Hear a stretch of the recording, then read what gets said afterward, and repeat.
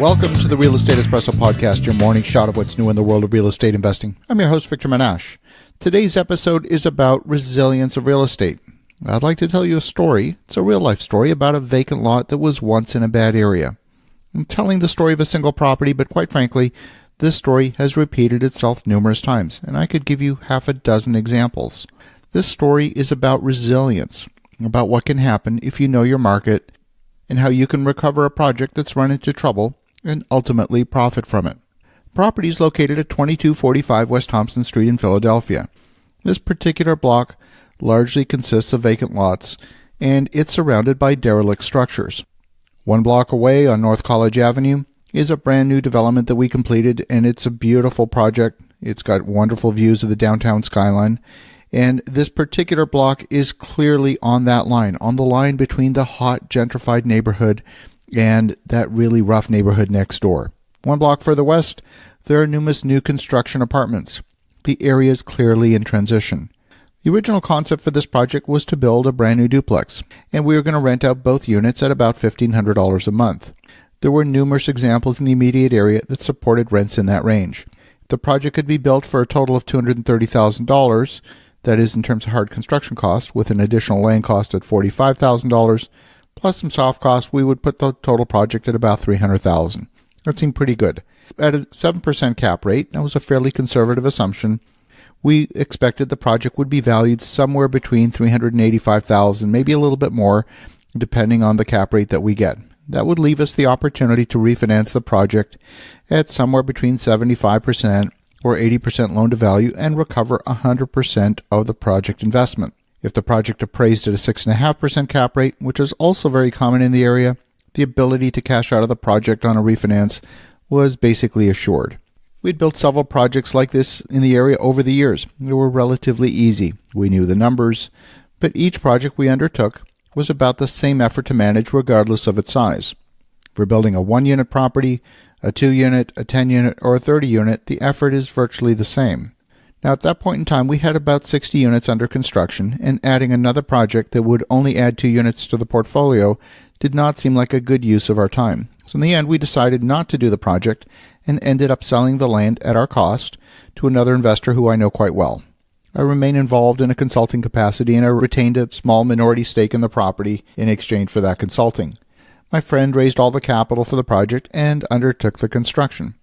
However, by the time the project was sold, till the time it was built, the cost of construction had increased considerably. And we saw the same thing happen in our projects as well.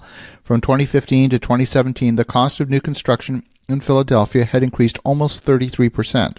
Early in 2015, we were building routinely at $88 a square foot. Today, the hard construction costs are north of $117 per square foot. That's a huge increase, and any profit margin we hope to make on the new construction would be wiped out. Only possible savior would be a huge increase in rental rates in the area, something that really could not be assured and would be speculation at best. So fast forward to 2018.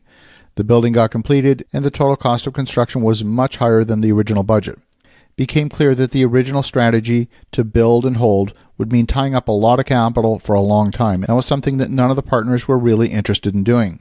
The building got built, but for far too much money. The total project cost, including the land, was $350,000, so significantly more than the original budget of $300,000.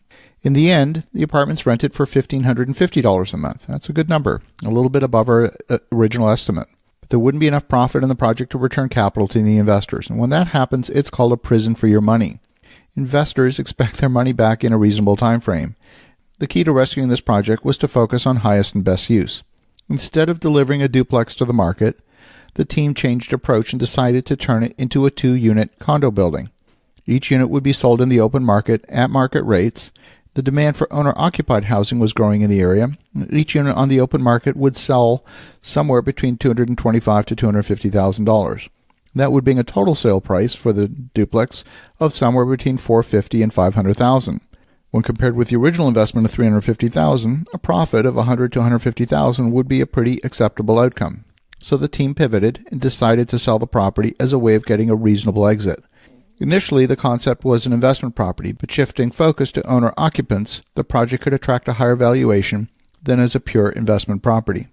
Now, in Philadelphia, transaction costs can be pretty high. And after realtor commissions, land transfer taxes, title insurance, and so on, the profit gets eroded to about 91% of the actual sale price. So about 9% of your project goes in transaction costs.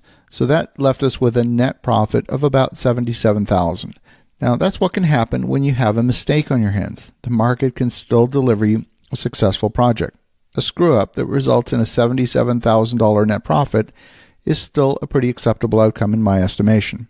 Of course, the reverse can happen as well, and the landscape is littered with projects where owners spent too much money in places where the value could not be recovered.